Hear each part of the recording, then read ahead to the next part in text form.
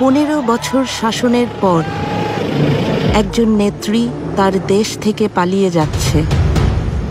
তিনি মনে করেছিলেন অসংখ্য মানুষ হত্যার পরও তিনি ক্ষমতায় টিকে থাকতে পারবেন।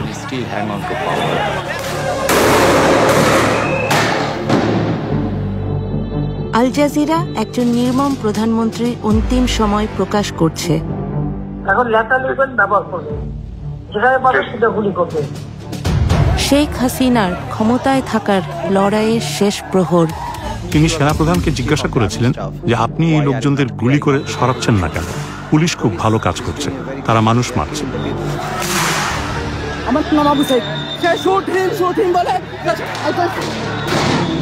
আমরা প্রকাশ করছি পুলিশ কিভাবে একটি হত্যাকাণ্ড গোপন রাখার চেষ্টা করেছিল। পিছন দিয়ে আমার ভাইয়ের লাশ নিয়ে যা পোস্টমর্টম করছে, করে আমরা জানি কোনোদিনও বিচার না পাই। আর যে চিকিৎসক মিথ্যা বলতে অস্বীকার করেছিলেন। কিন্তু সাইদ হেড ইনজুরির জন্য মারা যায়নি, পুলিশের গুলিতে যেহেতু মারা গেছে। সহিংসতায় হাজার হাজার পরিবার ছিন্ন ভিন্ন হয়ে গেছে। আমি ঘৃণার বহিঃপ্রকাশ দেখছি। মানুষ আক্ষরিক অর্থেই তাদের ঘৃণা এখানে ঢেলে দিয়েছে। জুলাইয়ের 36 দিন, যে মাস শেষ হবার নয়। এই বাশার হাসিনার যে মসনদ, সেটাকে একদম ভেঙে তছনছ করে দিয়ে যে তারা আর কখনো কাউকে হাসিনা হয়ে উঠতে দিবে না।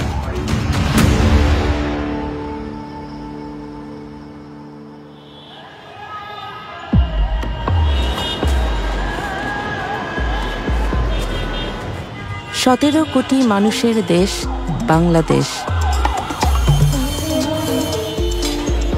এর 1/3 তরুণ, কিন্তু তাদের কাজের সুযোগ খুবই সীমিত।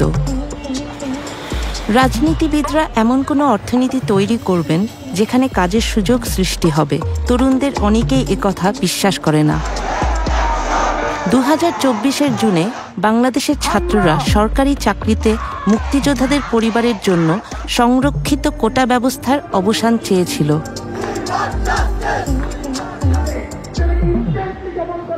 এবং এই কোটার মাধ্যমে তার যারা পছন্দের লোক তাদেরকে মূলত এক্সট্রা ফ্যাসিলিটিস দেওয়া হয়, যার ফলে এখানে মেরিটোক্রেসির ভিত্তিতে একজন শিক্ষার্থী তার যে ন্যায্য বুঝে পাওয়ার কথা ছিল সেটা সে পাচ্ছে না।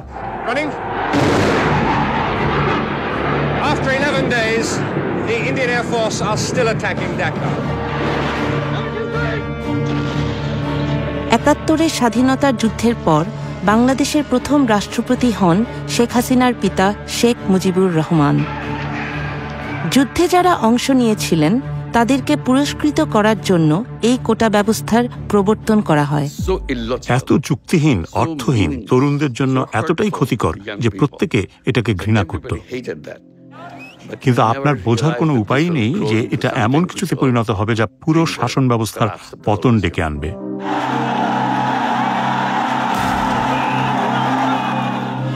স্বাধীনতা যুদ্ধ এবং সেই যুদ্ধে তার বাবার ভূমিকা হয়ে ওঠে শেখ হাসিনার রাজনীতির মূল বয়ান। তিনি ভাবতেন এই দেশের স্বাধীনতা তার বাবা এনেছে, এই দেশ তার পৈতৃক সম্পত্তি। তিনি ভাবতেন এই দেশ তার রাজতন্ত্র। বাংলাদেশের রাজনীতির ইতিহাস সহিংস। 1975 সালে হাসিনার বাবা এবং পুরো পরিবার একটি রক্তাক্ত সামরিক অভ্যুত্থানে নিহত হন। প্রাণে বেঁচে যান শেখ হাসিনা এবং আওয়ামী লীগকে নেতৃত্ব দিয়ে ক্ষমতায় ফিরে আসেন 1996 সালে। তার 15 বছরের বক্তৃতাগুলো দেখুন। প্রায় প্রতিদিন, প্রতিটি বক্তৃতা, তার বক্তৃতার তৃতীয় বা চতুর্থ প্যারায় তিনি তার বাবা, তার মায়ের হত্যাকাণ্ড, তার পরিবারের ত্যাগের কথা বলতেন। তিনি ভেবেছিলেন দেশ শাসন করা তার জন্মগত অধিকার।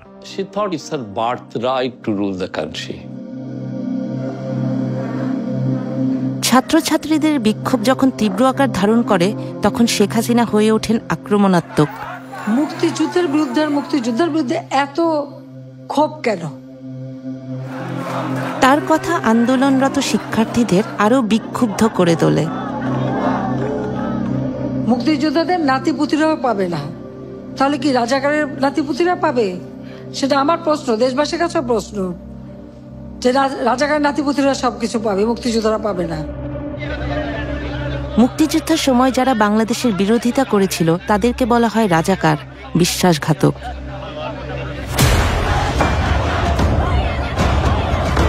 এবং এই রাজাকার বলে সে গত 16 বছর এবং এর আগেও পুরো জাতিকে বিভিন্নভাবে ডিভাইডেড করে রাখার চেষ্টা করেছিল। এবং সেদিন আমরা দেখতে পেয়েছি ঢাকা ইউনিভার্সিটির প্রত্যেকটা হল, ছেলেদের হল এবং মেয়েদের হল থেকে মিছিল নিয়ে তারা বের হয়েছিল এবং স্লোগান দিয়েছিল, তুমি কে আমি কে, রাজাকার রাজাকার। শহর জুড়ে বিশ্ববিদ্যালয় শিক্ষার্থীরা রাস্তায় নেমে আসে। শেখ হাসিনার ত্রাসের যুবশক্তি ছাত্রলীগ অস্ত্র হাতে প্রস্তুত ছিল। সেদিন আপনারা দেখতে পেয়েছেন আমাদের বোনদের রক্তাক্ত চেহারা এবং আমাদের অসংখ্য ভাইরা তারা নির্মমভাবে তারা আহত হয়। তখন আমরা আমাদের এই আহত ভাই বোনদেরকে নিয়ে হাসপাতালে গিয়েছিলাম। সেখানেও আমরা যখন এক্সরে রিপোর্টের জন্য অপেক্ষা করছিলাম আমাদের ভাই বোনদেরকে নিয়ে, সেখানে ছাত্রলীগের সন্ত্রাসীরা এসে, যুবলীগের সন্ত্রাসীরা এসে আমাদের ভাই বোনদের উপর নির্মমভাবে তারা হামলা করে। শেখ হাসিনার ফোন আলাপের এক্সক্লুসিভ রেকর্ড আল জাজিরার ইনভেস্টিগেটিভ ইউনিটের হাতে এসেছে, যা তার নিজস্ব গোয়েন্দা সংস্থাই রেকর্ড করেছিল। ডিজিটাল ফরেনসিক অ্যানালাইসিসের মাধ্যমে সকল ফোন রেকর্ড যাচাই করা হয়েছে। এই ফোন আলাপে ছাত্রদের উপর নৃশংস হামলার 48 ঘন্টা পর শেখ হাসিনা ছাত্রলীগ নেতাদের সাথে কথা বলেন।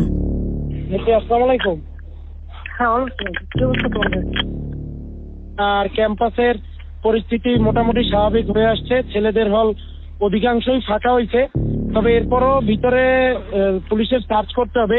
আমাদের দলীয় সিনিয়ররা অনেকে প্যানিক হয়ে যাচ্ছিল, মানে কি করব ডিরেকশন দিতে পারতেছিল না। এই জন্য আজকে আপনাকে বারবার ফোন দিয়েছি, আপনি কিছু মনে করেন না। আমি কেন মনে করবো, আমি তো সেদিন সারা রাতই যাই, কালকেও তো দক্ষিণে উত্তরে বলে দিচ্ছি যে হ্যাঁ যা দরকার। আমি তো বলি স্যার, আমি আর আমাদের তারা ঘাবড়ায় যায়। আমাদের নেতাকর্মীরাও মাঠে ছিল, আপনার নির্দেশনা পাইয়েই সবাই নেমে গেছে। শেখ হাসিনার সিনিয়র এক গোয়েন্দা কর্মকর্তাকে আল জাজিরা খুঁজে বের করেছে। নিরাপত্তার জন্য সেই কর্মকর্তার কণ্ঠস্বরকে বদলে দেওয়া হয়েছে। তারা বিশ্ববিদ্যালয় এলাকায় শিক্ষার্থীদের মারধর করেছিল। তাদের অনেককে হাসপাতালে যেতে হয়েছে, যাদের মধ্যে ছাত্রী এবং নারীরা ছিলেন।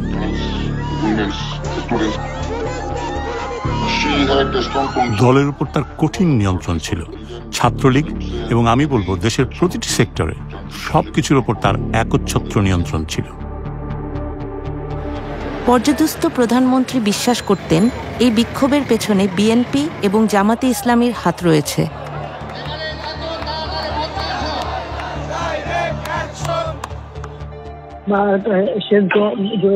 পিছনে তো সবচেয়ে আশঙ্কাজনক হলো যে সব এর পিছনে তো অন্য একটা শ্রেণী কাজ করতেছে দেখে, কারণ আমি ওই যে যারা জঙ্গি সন্ত্রাসী তাদেরকে আমরা কোনো সুযোগই দিতে চাই না। এটাই বেস্ট ডিসিশন হয়েছে, বেস্ট ডিসিশন। হয়তো আমি তো জানি, আমরা তো আন্দোলন সংগ্রাম করে পড়তে আসছি। নিজের গোয়েন্দা কর্মকর্তাদের তিনি বিশ্বাস করতেন না।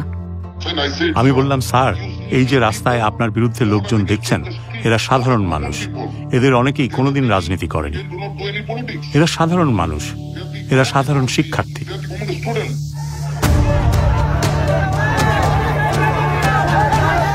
ঢাকা থেকে 300 কিলোমিটার দূরে রংপুর এক ছাত্র সাংবাদিক একটি বিক্ষোভের সরাসরি প্রতিবেদন করতে যাচ্ছিলেন, যা অভ্যুত্থানের গতিপথই বদলে দেবে। তো সেদিন আমরা যখন ক্যাম্পাসের প্রথম গেটে আসি, আমাদের উদ্দেশ্য ছিল সাংবাদিকতার প্রফেশনাল জায়গা থেকে নিউজের উদ্দেশ্যে আমরা বের হই। ঠিক তখনই আমরা দেখি হচ্ছে পুলিশ এবং শিক্ষার্থীদের মুখোমুখি অবস্থান।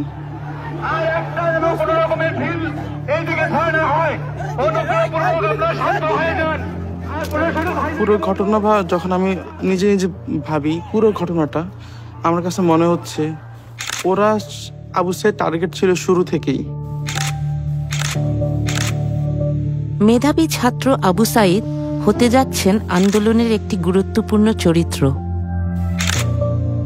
আর যখন শিক্ষার্থীদের সাথে যখন পুলিশের মারামারি হয়, পুলিশ 5 জন পুলিশ মিলে এসে সরাসরি আবু সাঈদের উপর অ্যাটাক করে। যখন আমি দেখি আবু সাঈদের উপর অ্যাটাক শুরু করে 5 জন পুলিশ লাঠি দিয়ে, ঠিক তার মাথায় পুলিশ যখন তাকে মারতেছিল, এতটা পুলিশ একসাথে মারতেছিল, আবু সাঈদ তখনও তার পুলিশকে একটা কথা বলেন, তখনও ঠিক তাকে মানে তার মুখ থেকে এটাও আসেনি যে আমাকে সেভ করেন। একজন শিক্ষার্থীকে মাথা ফেটে যাচ্ছে, মাথা থেকে রক্ত বেরোচ্ছে। আপনার নাম কি? আমার নাম আবু সাঈদ, আমি ইংলিশ ডিপার্টমেন্ট 12 ব্যাচ স্টুডেন্ট। 12 ব্যাচের শিক্ষার্থীকে পুলিশ অতর্কিত হামলা করে তার মাথা ফাটিয়ে দিয়েছে। সে শুট হিম বলে ছাত্র সাংবাদিক ভিডিও গ্রহণ করছিলেন এবং বর্ণনা করছিলেন কি ঘটছে। যখন শিক্ষার্থীরা 1 নম্বর গেটে চলে আসে, সেই মুহূর্তে পুলিশ শিক্ষার্থীদের বাধার মুখে পড়ে ক্যাম্পাসের ভেতরে চলে যায়। গুলি করতে প্রিপারেশন নিচ্ছিল, তার পাশে যিনি ইনস্ট্রাকশন দিচ্ছিল উনি যখন এটা বুঝতে পারে, তখন উনি গুলি করার জন্য ওনাকে নিষেধ করে।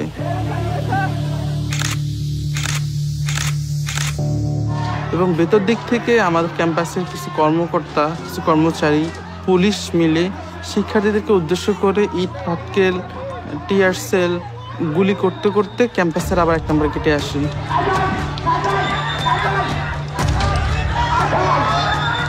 সেই মুহূর্তে যখন শিক্ষার্থীরা চলে যাচ্ছিল পুলিশের বাধার মুখে পড়ে, আবু সাঈদ তাদেরকে ক্যাম্পাসের 1 নম্বর গেটে অবস্থান নেওয়ার জন্য, ইন্সপায়ার করার জন্য সে শুট মি বলে নিজের বুকটাকে ঠিক তখন পেতে দেয়। প্রথম গুলিটা লাগে তার পেটে। যখন সে তার পেটে লাগে, সে বুঝতে পারে তার পেটে কিছুটা লাগছে।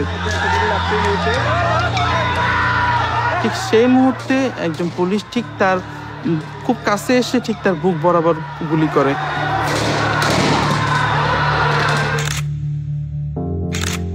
পরপর 2টো গুলি এসে তার বুকে লাগে।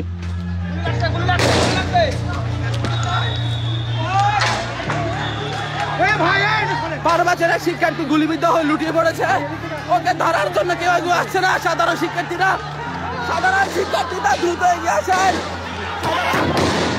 ঠিক সেই মুহূর্তে পুলিশ যে 4-5 জন আমরা ছিলাম, আমরা আবু সাঈদ ভাইকে নিয়ে যাওয়ার জন্য নিয়ে যাচ্ছিলাম। ঠিক আমরা যাতে আবু সাঈদ ভাইকে না নিয়ে যেতে পারি, যাতে সেখানেই মারা যায়, পুলিশের উদ্দেশ্যটা ছিল ঠিক এরকম। তাদের এরকম একটা ক্রিয়েট করছিল তারা পরিবেশটা। ঠিক তারা সেই উদ্দেশ্যে আবার আমাদেরকে গুলি করে।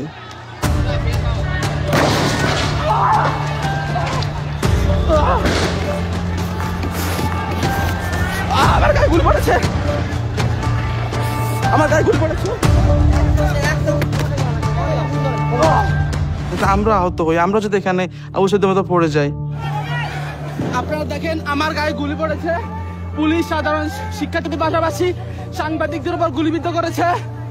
সাংবাদিকের উপর গুলি করেছে। সে গুলিবিদ্ধ হওয়ার এবং আবু সাঈদ ভাইকে সেই অবস্থা থেকে আমরা সবাই করে নিয়ে যাই।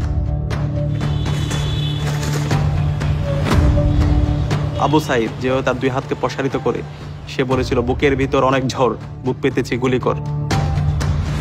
আবু সাঈদের শাহাদাতটা ছিল আমাদের জন্য সোর্স অফ ইন্সপায়ারেশন। সে যেভাবে তার 2 হাতকে প্রসারিত করে শহীদ হয়েছে, তখন আমরা প্রত্যেকে প্রতিজ্ঞা করেছিলাম আমরা প্রত্যেকে একজন আবু সাঈদ হব। আবু সাঈদকে হত্যার ভিডিওটি ভাইরাল হয়ে যায় এবং সমস্ত শিক্ষার্থীরা সেই সময় খুবই ক্ষুব্ধ হয়। তারা ভাবে, যদি নির্দোষ আবু সাঈদের সাথে এটি ঘটে থাকে, তবে আমাদের সাথেও একই রকম ঘটনা ঘটতে পারে। আবু সাঈদের মৃত্যু সরকারকে বেশ চাপে ফেলে দেয়। শেখ হাসিনা জাতির উদ্দেশ্যে ভাষণ দেন। হত্যাকাণ্ড সহ যে সকল অনভিপ্রেত ঘটনা ঘটেছে, সুষ্ঠু ও ন্যায় বিচারের স্বার্থে সে সকল বিষয় বিচার বিভাগীয় তদন্ত করা হবে।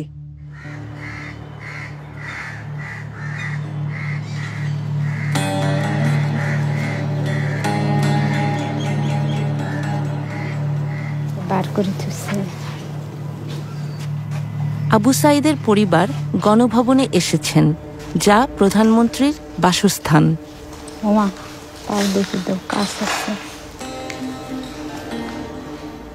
দেখি মনে হচ্ছে যে আমার নামে, ছেলের নামে সারা জায়গায় ছড়ে গেছে এবং হাসিনের এই গণভবন সাজসজ্জিতে সাজানো ছিল। এলে এখন নিশ্চিহ্ন হয়ে গেছে, ভাঙচুর হয়ে গেছে, এখন তো হয়েছে ছাড়া বাড়ির মতো, তাই নয়? সব নস্বাদ হওয়া, ধুলিস্বাদ হওয়া। মনে করেই তার বন্ধুরা এখানে ভাইয়ের নামটা লিখছে, অনেক ভালো লাগছে ভাইয়ের নামটা দেখে।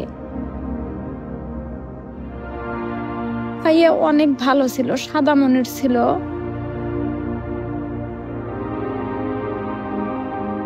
পিছন দিয়ে আমার ভাইয়ের লাশ নিয়ে যা পোস্টমর্টম করছে। যে ওনারা চাইছিল যে আঘাতের মাধ্যমেই তার সহপাঠীরা যে ঢিল ছোড়াছুরি করছে ওগুলো পায়াই আর কি মারা গেছে আবু সাইদ ভাই, এরকম রিপোর্ট বের করতে চাইছিল।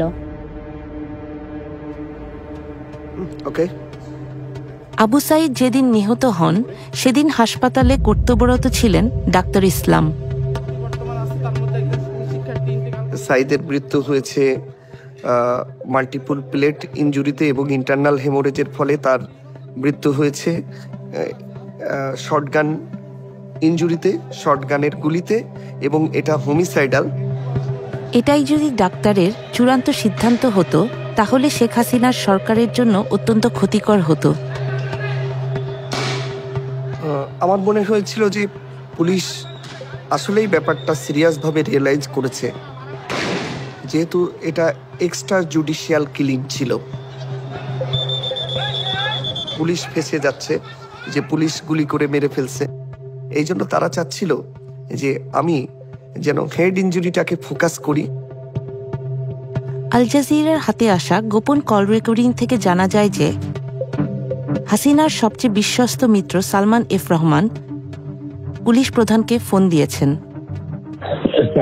হ্যালো, আচ্ছা মামুন, ওই যে রংপুরে যে আবু সাইদ যে মারা গেল, জি স্যার, ওর পোস্টমর্টম হয়েছে? রিপোর্ট পাইছেন আপনারা? এখনো পাইনি।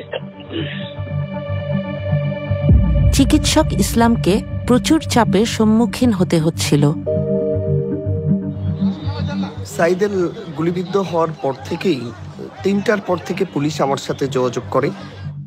আমার কাছে অনেক দিক দিয়ে ফোন আসছিল যে অটোপসি হচ্ছে কিনা, হবে কিনা।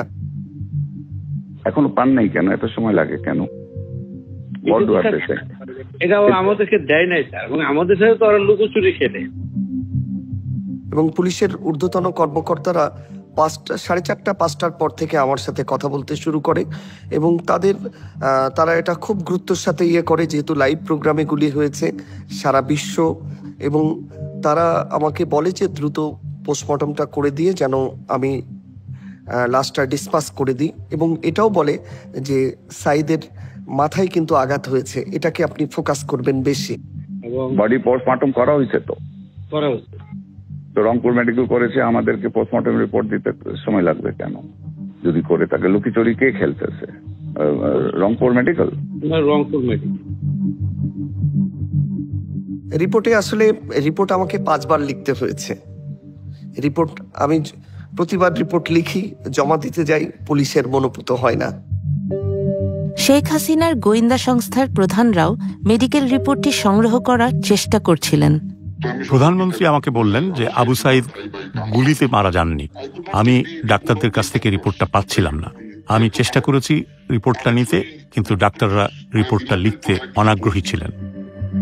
আমরা বললাম কি হয়েছে, এইটাও আমাদের সাথে বলতে অনেক সময় আছে না যে স্যার, যে একটা কিছু হইলে এরপরে আমাদেরকে, আমরা তো কিছু হইলে বলি যে এই ডাইমেনশনে যাচ্ছে, আমরা এইভাবে প্রস্তুত আছি, এরকম তো কিছু আছে। ওরা আমাদের সাথে কোনো কথাই বলে। আচ্ছা দেখি, আমি দেখি।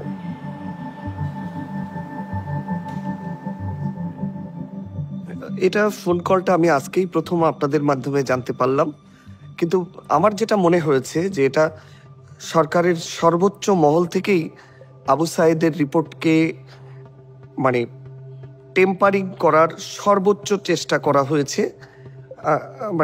আমাকে আসলে অফার করা হয়েছিল যে তোমার 2 সপ্তাহ ছুটি দিয়ে দিচ্ছি, তুমি আমাদের মনোমতো রিপোর্টটা দাও, থাইল্যান্ডে ট্যুর করো, ফ্যামিলি নিয়ে কক্সবাজারে 7 দিন থেকে আসো, কিন্তু আমি সবগুলোই রিফিউজ করছি। হাসিনার ঘনিষ্ঠরা ফোনে নিজেদের মধ্যে কি কথা বলছে এটা গোপনে রেকর্ড করতেন মেজর জেনারেল জিয়াউল আহসান। হাসিনার গোপনতম ঘটনাসমূহ তিনি জানতেন। তিনি ছিলেন হাসিনার চোখ ও কান। এটি ছিল জিয়াউল আহসানের মস্তিষ্ক প্রসূত। গোয়েন্দা সংস্থার পরিচালক, এবং তিনি সফটওয়্যারটি ব্যবহার করে ভিকটিমদের খুঁজে বের করতেন এবং তাদের তুলে নিতেন। কিন্তু আসলে এটি ব্যবহার করা হয়েছিল বিক্ষোভকারীদের শনাক্ত করতে বা তাদের খুঁজে বের করতে। যেসব রাজনৈতিক নেতাদের তারা অপহরণ করেছে এবং তাদের জোরপূর্বক গুম করেছে। তিনি তাকে বিশ্বাস করতেন, তিনি তার উপর আস্থা রাখতেন। সে ছিল ক্ষমতাবান, তার মনোভাব নিষ্ঠুর। এই গোয়েন্দা কর্মকর্তা এখন হত্যা মামলার আসামি। হাসিনার আমলে তিনি হাজার খানেক হত্যার সাথে জড়িত ছিলেন। তদন্তকারী অফিসাররা এমনটাই মনে করেন। ইতিমধ্যেই আমরা তথ্য পেয়েছি, যারা গুমের শিকার হয়েছিলেন সে নিজেই তাদেরকে হত্যা করেছে। সে তার দলবল ব্যবহার করে তাদের আটক কেন্দ্র থেকে অন্য কোথাও নিয়ে গিয়ে হত্যা করেছে, এবং অনেক সময় মৃতদেহগুলো সিমেন্টের বস্তা দিয়ে বেঁধে নদীতে ফেলে দেওয়া হয়েছে। হাসিনা 50টিরও বেশি মোবাইল ফোন ব্যবহার করতেন, তবুও তার কথা রেকর্ড হতো। কিছু ক্ষেত্রে অন্য পক্ষ বলছিল যে আমাদের টেলিফোনে এই বিষয়ে আলোচনা করা উচিত নয়, আর উত্তর দিচ্ছিলেন প্রধানমন্ত্রী, হ্যাঁ আমি জানি এটা রেকর্ড করা হচ্ছে, কোনো সমস্যা নেই।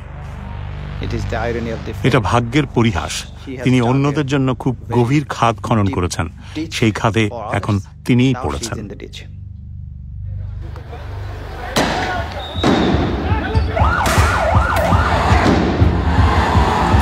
এরই মধ্যে রক্তক্ষয়ী লড়াই শুরু হয়ে গেছে। শত শত তরুণ বিক্ষোভকারীকে গুলি করে হত্যা করা হয়েছে, আহত হয়েছে হাজার হাজার মানুষ। চেস্টে বুলেট ইঞ্জুরি পাইছি, আমরা ফেসে বুলেট ইঞ্জুরি পাইছি, বুলেট ইঞ্জুরি পেশেন্টগুলো খুব বেশি পাইছে, এবং চাপাতিতে যে আঘাত করাটা বলে, যে নাইফ দিয়ে ছুরি দিয়ে আঘাত করে স্ট্যাব ইঞ্জুরি, এগুলো আমরা অনেক বেশি পেশেন্ট পাইছি শেষের দিকে এসে। ছাত্ররা আর চাকরির জন্য বিক্ষোভ করছিল না, তারা হত্যার বিচার চাইছিল। তারা আর কোনো হাসিনার গুলি অথবা কোনো তার ল এনফোর্সমেন্ট এজেন্সির যে হচ্ছে গুলি, এগুলোকে কোনো কিছুকে তারা তোয়াক্কা করছে না। তারা হাসিনার পতনের দাবিতে তারা সামনের দিকে এগিয়ে যাচ্ছিল। আত্মবিশ্বাস ছিল আমরাই এক্ষুনি হাসিনার পতন নিশ্চিত করব। হাসিনার অসংখ্য ফোন রেকর্ডিং মুছে ফেলা হয়েছিল, কিন্তু 18 জুলাইয়ের একটি অত্যন্ত গুরুত্বপূর্ণ ফোনালাপ খুঁজে পাওয়া গেছে, যা রাষ্ট্রীয় দমননীতির ভয়ঙ্কর মোড় নেওয়ার প্রমাণ দেয়। এখন লেখা লিখবেন, ব্যবহার করবে, যেখানে পাবে সেটা গুলি করবে, ওটা বলা হচ্ছে। এখন আমি এতদিন বাধা দিয়ে রাখছিলাম, ওই যে স্টুডেন্টরা ছিল ওদের সত্যি কথা চিন্তা করে। এই ফোনটি তিনি করেছিলেন তার নিকট আত্মীয় ঢাকা দক্ষিণের শক্তিশালী মেয়র ফজলে নূর তাপসের কাছে। আর যেখানে গ্যাদারিং দেখবে সেখানে ওই উপর থেকে, এখন উপর থেকে পাচ্ছি, অলরেডি শুরু হচ্ছে কয়েকটা জায়গায়। এই অভিযানের একটি সাংকেতিক নাম ছিল, যা অপারেশন ক্লিন ডাউন নামে পরিচিত, যেখানে সর্বাধিক সংখ্যক বিক্ষোভকারী জড়ো হয় সেখানে ড্রোন ব্যবহার করে, এবং তারপর তারা হেলিকপ্টার পাঠায় তাদের হত্যা করার জন্য।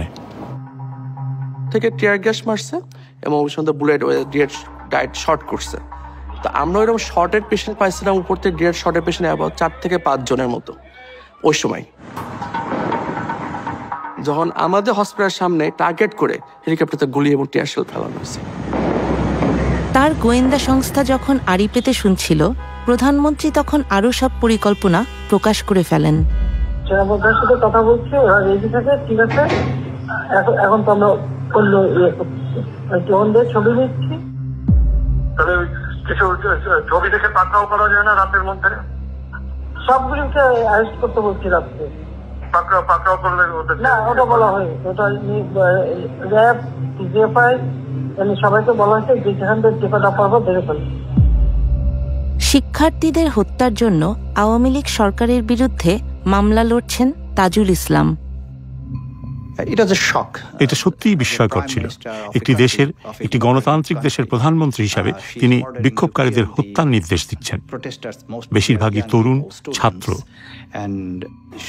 এবং তিনি নির্দেশ দিচ্ছেন প্রাণঘাতী অস্ত্র ব্যবহার করে এই লোকদের হত্যা করার জন্য। 19 জুলাই শেখ হাসিনা সেনাবাহিনীকে রাস্তায় নামার নির্দেশ দেন।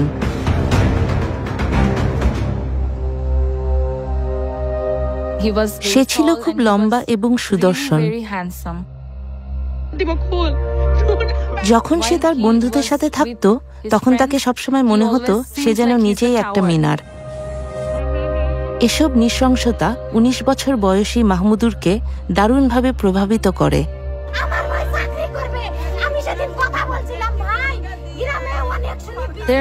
একটা ভিডিও ছিল, আবু সাইদের বোন কাঁদছিল। আমার ভাই সেটা ফেসবুকে শেয়ার করে এবং সে বলছিল, আমার মনে হচ্ছে এটা আমার বোন, তাই আমি এটা নিতে পারছি না। আমরা তাকে বাইরে যেতে দিচ্ছিলাম না। সে একদিনে গিয়েছিল এবং সেটাই ছিল তার জীবনের শেষ দিন। সেদিন ছিল জুলাইয়ের 19 তারিখ। বাসা থেকে সে বের হয় 3:10-এ। 3:26-এ সে আমাকে ফোন করে। আমি তাকে বকাবকি করছিলাম আর আমি তার সাথে চিৎকার করছিলাম, তোমাকে বাড়ি ফিরে আসতে হবে। সে বলল, আচ্ছা আমি আসছি। জাস্ট 11 মিনিট পর সে মারা গেল।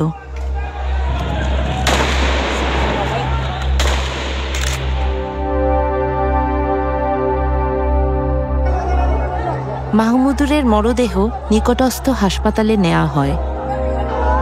আরো 5টা লাশের সাথে আমার ভাইটা ছিল। এ যেন স্ট্রেচারে রক্তের সাগর। আমার মনে হচ্ছিল একটা দুঃস্বপ্ন দেখছি। এটা সত্যি হতে পারে না। আমি কোথায়? এটা কি কোনো যুদ্ধ হচ্ছে? সে আমাদের পরিবারের রত্ন ছিল, আমাদের একমাত্র স্বপ্ন, একমাত্র দামি জিনিস। আসলে সে আমাদের পরিবারের ভবিষ্যৎ ছিল। বিক্ষোভ যখন তীব্র আকার ধারণ করছিল, শেখ হাসিনা দেশের ব্যবসায়ী ও শীর্ষ রাজনীতিবিদদের সাথে দেখা করেন। তিনি ছিলেন একরোখা। ডিজিটাল বাংলাদেশ তো আমারই করে দেওয়া। আজকে সেই ডাটা সেন্টার থেকে শুরু করে সব কিছু পুড়িয়ে দেওয়া হয়েছে, সাবমেরিন কেবলটা পর্যন্ত নষ্ট করা হয়েছে। আজকে কারফিউ দিতে আমরা বাধ্য হয়েছি মানুষের জানমাল রক্ষা করার জন্য। ইন্টারনেট সংযোগ বিচ্ছিন্ন হবার কারণে তিনি বিক্ষোভকারীদের দোষারোপ করেছিলেন। হঠাৎ করে ইন্টারনেট ব্ল্যাকআউট, এর আগে আমরা সহজেই অনলাইন ইন্টারনেটের মাধ্যমে সবার সাথে যোগাযোগ করতে পারছিলাম। এই মুহূর্তের মধ্যে আমরা একটা অফলাইন নেটওয়ার্ক তৈরি করেছিলাম। আমরা কিছু এক্সট্রা ডিভাইস কিনে রেখেছিলাম এবং কিছু এক্সট্রা সিম, এবং আমরা যখন মিছিল করছিলাম সেই সময় হেলিকপ্টার থেকে হাসিনা এবং তার যে ল এনফোর্সিং এজেন্সি তারা আমাদের উপর গুলি করছিল। তো এই সময়ে একই সাথে মাঠের আন্দোলন সমন্বয় করা এবং পরবর্তী দিনে কর্মসূচি প্রণয়ন করা, সেটা ছিল আমাদের সবচেয়ে গুরুত্বপূর্ণ কাজ। কিন্তু ছাত্রলীগ নেতাদের সাথে তার এক ধারণ করা ফোন আলাপে সাবেক প্রধানমন্ত্রী এক ভিন্ন চিত্র তুলে ধরেন।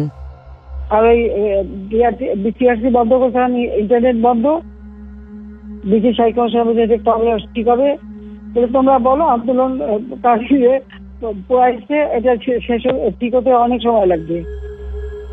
আল জাজিরা একটি গোপন সরকারি নথি পেয়েছে যা প্রকাশ করে কে বাংলাদেশকে ইন্টারনেট থেকে বিচ্ছিন্ন করেছে। জুলাইয়ের 15 তারিখে বাংলাদেশের টেলিযোগাযোগ কর্তৃপক্ষ ঢাকার বিভিন্ন বিশ্ববিদ্যালয় এলাকায় ইন্টারনেট সংযোগ বন্ধ করে দেয়। পরের দিন পর্যন্ত তারা 59টি বিশ্ববিদ্যালয় ওয়েব অ্যাক্সেস, ব্লগ এবং 2 শতাধিক সাইটে প্রবেশ বন্ধ করে দেয়। 18 জুলাই থেকে শেখ হাসিনার গোপন পর্যবেক্ষণ ইউনিট এনটিএমসি সমগ্র ওয়েব অ্যাক্সেসের উপর নিয়ন্ত্রণ নিয়ে ফেলে। পরের কয়েক সপ্তাহ ধরে তারা একের পর এক সোশ্যাল মিডিয়া সাইট বন্ধ করে দেয়। কিন্তু সহিংসতার ভিডিও তখনও বাইরের বিশ্বে পৌঁছাতে পারছিল। শেখ হাসিনার একটি পরিকল্পনা ছিল। শেখ হাসিনা ঢাকা উত্তর সিটি কর্পোরেশনের মেয়র আতিকুল ইসলামের সাথে কথা বলছিলেন। তিনি এমন প্রচারণা চাইছিলেন যাতে বোঝানো যায় সহিংসতার আসল ভুক্তভোগী হলো তার সমর্থকরাই। আপনার কাছে আছে আপা? আচ্ছা, তাহলে আপনি একটু, তাহলে আমি আপনার কাছে আমি ইয়া করে দেন আপা, আমি সব পাঠিয়ে দিচ্ছি আপা। আমাদের C40 হোল ওয়ার্ল্ডের মেয়রদের ফোরাম সাদেক খানের নেতৃত্বে, ওরাও বলছে কি করতে পারি বলো। আমি সাদেক খান তো আমার সাথে ক্লোজ ফ্রেন্ড, লন্ডনের মেয়র। কথা বলো, ওর সাথে কথা বলো। এইসবই সবকে আবার ওখানে পাঠানো আছে, মানে সব অ্যাম্বাসাডারদের কাছে মোটামুটি দেওয়া আছে। না, এটা ভালো বলছেন আপা, আমাদের গ্রুপে আছে আপা, আপনি তো পাঠাচ্ছেন, আমি মেয়রদের কাছে পাঠিয়ে দিলেন না। কিন্তু দৈনিক ছাত্র হত্যার তথ্যসমূহ কিছুতেই ধামাচাপা দেয়া যায়নি। ওই সময় আমরা অনেক ইনজুর্ড পেশেন্ট পাইছি, অনেক খুব গ্রিভিয়াসলি হার্ট পেশেন্ট যেগুলো হয়েছে তার সেসব পেশেন্টগুলো আমরা পাইছি ওই সময়, এবং তাদের অবস্থা মানে খুবই খারাপ। আমরা ওই সময় খারাপ ছিল, এবং ওই সময় পেশেন্টগুলার আমরা বেশিরভাগই পাইছিলাম বুলেট ইনজুরি। এবং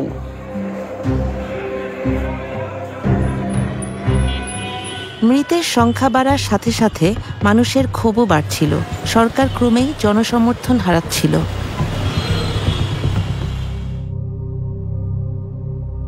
কয়েকদিন পরে হাসিনা এই গণভবনে নিয়ে আসলো বাধ্য করে, সব প্রশাসনেরা নিয়ে, গাড়ি যাওয়া আসে, থাকা খাওয়া সব ফ্রি, চলো তোমাকে যাওয়াই নাই। বিক্ষোভে নিহতদের পরিবার যারা তাদের সন্তান হারিয়েছেন তাদের সাথে শেখ হাসিনা দেখা করার আয়োজন করলেন। বুঝি নাই, মূর্খ মানুষ তো। বুঝি নাই কি, বাধ্য করে আনছে তো, না আসলে হয়তো অন্য অত্যাচার করলেই হয়। না, আমরা ওই জায়গায় বসেছিলাম, মানে জায়গাটা ছিল ওই জায়গায়, আমাদেরকে সামনে বসতে দিছিল। তো তখন শেখ হাসিনা আসিয়ে মানে একটা লিস্ট করা ছিল শহীদ ফ্যামিলির, তো ফার্স্টে আমাদের নাম ছিল। তো প্রধান আমরা ওখানে ছিলাম, আমরা দাঁড়াইছিলাম, তো শেখ হাসিনা আমাদের কাছে আসছিল। তখন ওনারা বললো যে হ্যাঁ তোমার ভাইয়ের বিচার আমরা করব, এটা তদন্ত করে আমরা দেখতেছি কে মারলো কি করলো। তখন আমি বলছিলাম যে আমার ভাই এক যে পুলিশে গুলি করে মারছে, এটা তো ভিডিও ফুটেজে দেখাই যাইতেছে, এটার আবার তদন্তর কি দরকার? কারণে আসাটা অনেক ভুল হয়েছে, সবাইকে ডাকছে বা সবাইকে কিছু দিছে, কিন্তু সঞ্চয়পত্র দিছিল। তো তখন আমরা বুঝতে পারছি যে এখন হাসিনা প্রচার করবে যে আবু সাইদ ভাইয়ের ফ্যামিলি মানে তাদের কোনো আক্ষেপ নাই, ওনাদের ছেলে মারা গেছে, ওনারা মানে মীমাংসা হয়েছে, এরকম একটা কিছু বুঝাতে চাইছে। তখন আমরা যখন বুঝতে পারলাম তখন আমাদেরকে নিজেদেরকে অনেক খারাপ লাগছিল। তখন আমরা মনে করছি আমার ছেলেটা কে মারলি, তা আমরা মনে করছি আমার ছেলে হাসিনাই হত্যা করবে করছে পুলিশের, তাছাড়া আমার ছেলে মারতে পারে না। আমি নিশ্চিত তাদের প্রত্যেককে জোর করা হয়েছিল। কেউ তো তার পরিবারের সদস্যদের খুনিদের সাথে মিলিত হতে চায় না, তাই না? অন্য পরিবারগুলো এই সাক্ষাতে যেতে অস্বীকৃতি জানালেন। যখন আমি এখানে ঢুকলাম আমি ঘৃণা দেখতে পাচ্ছিলাম। যত কিছু আমি এখানে দেখতে পাচ্ছি শুধুই ঘৃণা। আমাদেরকেও এখানে আসতে বলা হয়েছিল। তিনি সব পরিবারের সদস্যদের সাথে দেখা করবেন এবং ক্ষতিপূরণ বা এরকমই কিছু দেবেন। আমরা কেন ক্ষতিপূরণ নেব? কিসের ক্ষতিপূরণ? আমার পুরো পরিবার ধ্বংস হয়ে গেছে, তার ক্ষতিপূরণ? আপনি কি পারবেন আমার মায়ের প্রতিদিনের কান্নার ক্ষতিপূরণ দিতে? তাই আমরা কোনো ক্ষতিপূরণ গ্রহণ করিনি, এখানে আসার প্রস্তাবেও রাজি হইনি।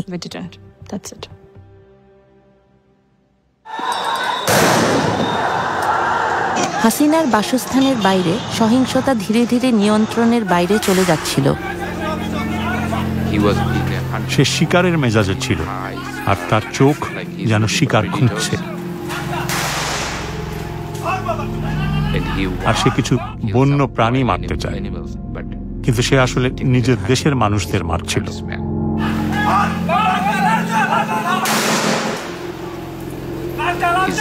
তার নামের ফলকটি আমি খুঁজে পেয়েছি, যার নাম রেদওয়ান।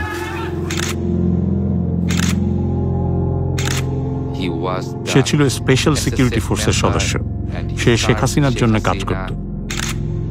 সে কিভাবে গুলি করতে পারে নিজের দেশের লোককে? তার কাছে AK রাইফেল ছিল এবং সে ছাত্রদের লক্ষ্য করে গুলি চালাচ্ছে। আমি তাকে জিজ্ঞাসা করেছিলাম, এটা কি ধরনের রাইফেল? এটা কি অ্যাসল্ট রাইফেল? এটা কি প্রাণঘাতী? তিনি হ্যাঁ বলেছিলেন। তদন্ত সংস্থা তার সাক্ষাৎকার নিয়েছে, জিজ্ঞাসাবাদ করেছে এবং সে বলে, আমি কিছু লোকের সাথে কথা বলেছি।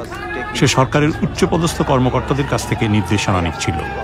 সে একটি উদাহরণ স্থাপন করার চেষ্টা করছিল এবং দেখানোর চেষ্টা করছিল যে সে শেখ হাসিনার প্রতি কতটা অনুগত। সেদিন তখনও পর্যন্ত আমরা জানতে পেরেছিলাম যে প্রায় 20 জনেরও বেশি লোককে হত্যা করা হয়েছে।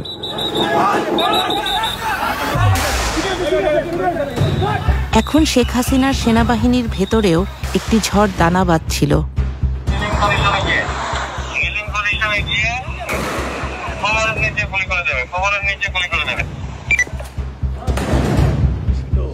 ঢাকার পুলিশ কর্মকর্তাদের কাছে পাঠানো পুলিশ কমিশনার হাবিবুর রহমানের একটি রেডিও বার্তা আল জাজিরা সংগ্রহ করেছে।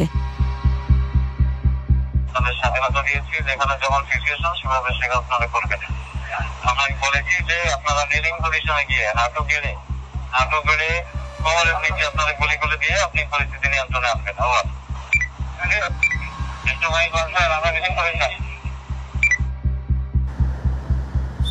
সেনা কর্মকর্তারা ক্রমশ উদ্বিগ্ন হয়ে উঠছিলেন। আর না, যথেষ্ট হয়েছে। আমরা একমত হই যে আমরা কোনো গুলিবর্ষণ করব না। সেনাবাহিনীতে কর্মরত এক সেনা কর্মকর্তা আল জাজিরার সাথে কথা বলতে রাজি হন। আমরা তার কণ্ঠস্বরটি বদলে দিয়েছি। যদি গুলির নির্দেশ আসে আমরা বিট্রে করব, আদেশ অমান্য করব। সেনাবাহিনীর প্রধান জেনারেল ওয়াকারুজ্জামান, যাকে মাত্র কয়েক সপ্তাহ আগে শেখ হাসিনা পদোন্নতি দিয়েছিলেন, তিনি নিজেই সম্ভাব্য বিদ্রোহের মুখোমুখি হয়েছিলেন। তিনি সব অফিসারদের ডাকেন মূলত তাদের মনোভাব বোঝার জন্য। সব অফিসার সেই কনফারেন্সে যোগ দেন। সেনাবাহিনীর তরুণ অফিসাররা তাদের কমান্ডারদের প্রশ্নবিদ্ধ করতে থাকেন। তারা ভীষণ রাগান্বিত ছিলেন। 3রা আগস্ট আমরা প্রশ্ন তৈরি করেছিলাম, অস্ত্র ও গোলাবারুদ এই মানুষদের, আমার জনগণের। আমরা কেন এটি আমাদের জনগণের বিরুদ্ধে ব্যবহার করব?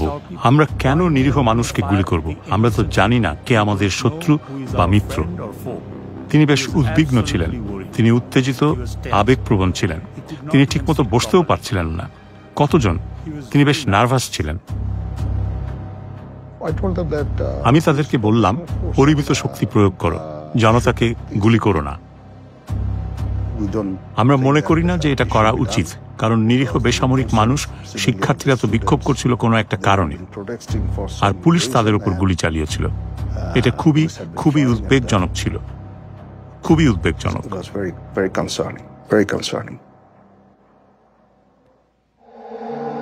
গোপন ফোন রেকর্ড আরও সাক্ষ্য দেয়, শেখ হাসিনার একটি চেইন অফ কমান্ড ছিল। এবারে কোনো কথা নাই, এবার একবার শুরুতে দিবা, বলে দেবো, ধাওয়া দেবে, বলতে থাকবে।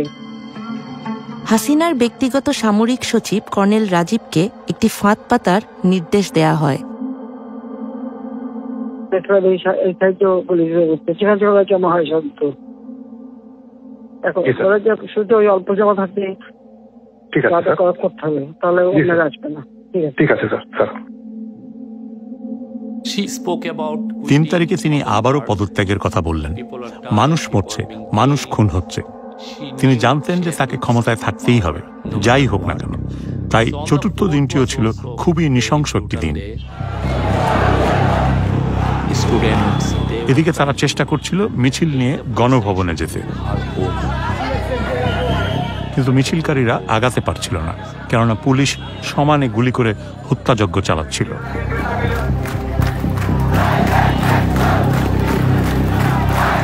4ই আগস্টের মধ্যে হাজার হাজার মানুষ গণভবন অভিমুখে মিছিল করে আসার প্রস্তুতি নেয়। হাসিনা তার নিরাপত্তা প্রধানদের সাথে সর্বশেষ বৈঠকটি করেন। তিনি সেনাবাহিনী প্রধানকে বলছিলেন, কেন আপনি গুলি করে সব মানুষকে সরিয়ে দিচ্ছেন না? পুলিশ খুব ভালো কাজ করছে, তারা মানুষদের হত্যা করছে। আপনার উচিত হত্যা করে হলেও আমাকে ক্ষমতায় রাখার চেষ্টা করা। অবশেষে সেনাপ্রধান, নৌবাহিনী প্রধান এবং বিমান বাহিনী প্রধান ও অন্যান্য ঊর্ধ্বতন কর্মকর্তারা অস্বীকার করলেন যে তারা এটা করতে পারবেন না, কারণ সেখানে হাজার হাজার মানুষ আছে।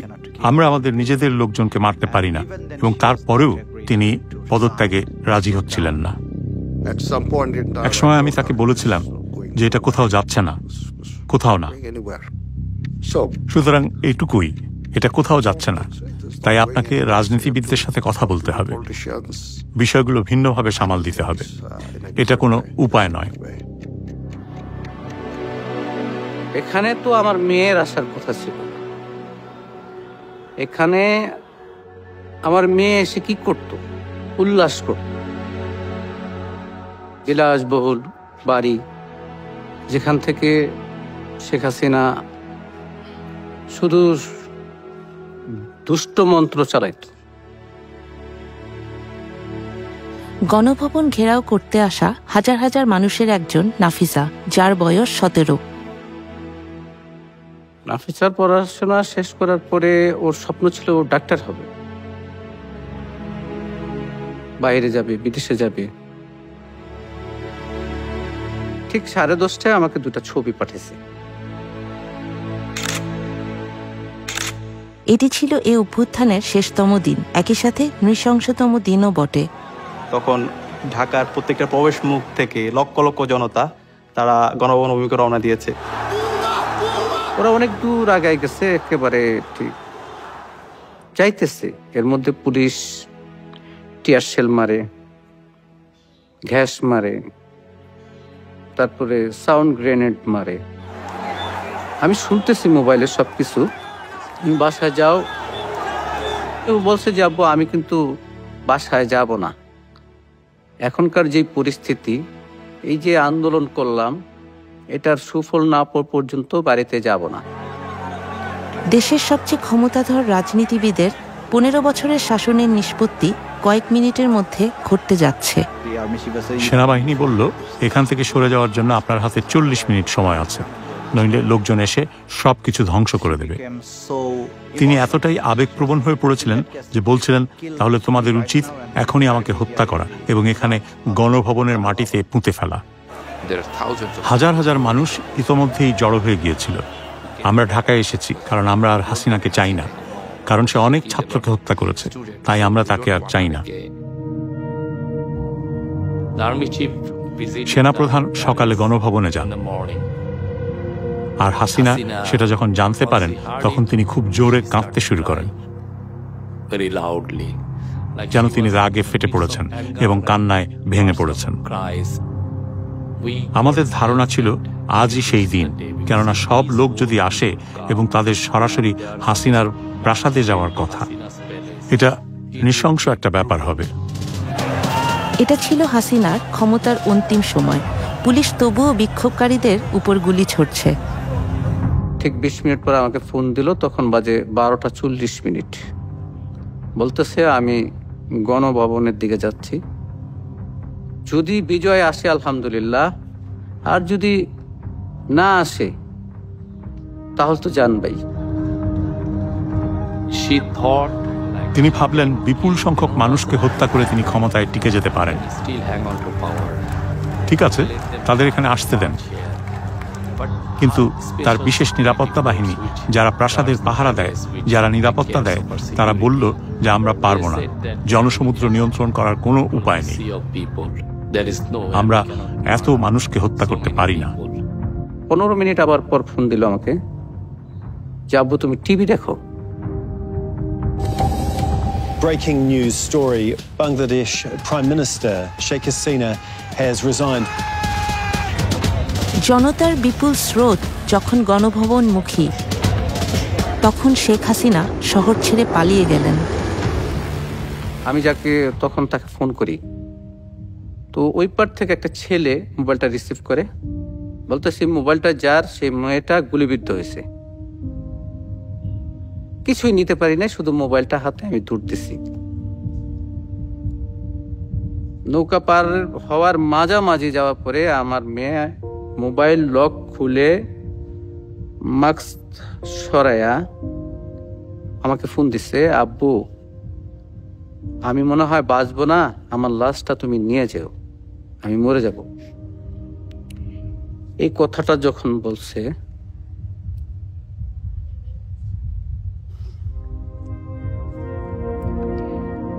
তখন আর নিজেকে ধরে রাখতে পারি নাই।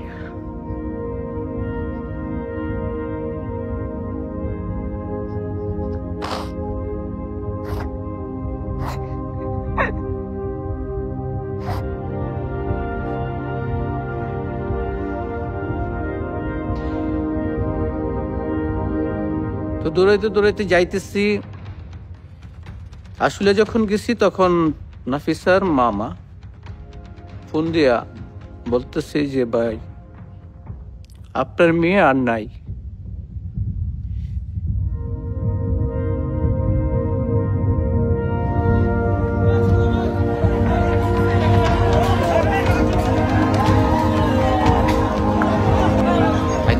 আমি আমার জীবনে এমন পরিস্থিতি কখনো দেখিনি। হাজার হাজার মানুষ প্রধানমন্ত্রী যেখানে থাকতেন সেখানে প্রবেশ করেছিল।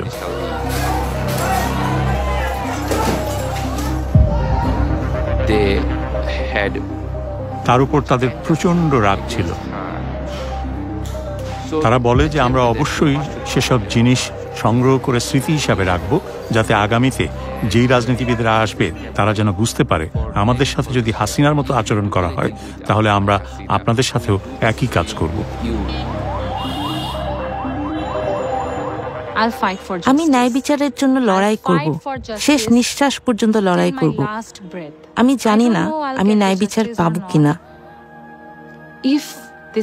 আজকে যদি আমার জায়গায় আমার ভাই থাকতো, সেও এটা ছেড়ে দিত না। তাহলে আমি তাকে কি জবাব দেব? তাহলে আমি তাকে এতটুকু বলতে পারবো যে আমি ন্যায় বিচারের জন্য লড়াই করেছি। দেশটা স্বাধীন না হওয়া পর্যন্ত তোরা ছাড়ি দেন না, সেই ছাত্ররা দেশটা স্বাধীনই করছে। স্বাধীন করার সূত্রটা তো আমার ছেলের কাছ থেকে। এখন আমাদের চাওয়া হইতেছে পরবর্তী যে সরকার আসবে উনি যেন মানে ন্যায় নিষ্ঠার সঙ্গে থাকে, কোনো স্বৈরাচার সরকার যেন আর গঠন হইতে না পারে, কোনো ন্যায্য অধিকারের জন্য কোনো মা বাবার বুক খালি না হোক, কোনো বোনের ভাই না হারাক। আমি এটা বাংলাদেশের যারা পরবর্তী গভর্নমেন্ট আসবে যেন এই দেশটা পরিষ্কার পরিচ্ছন্ন থাকে,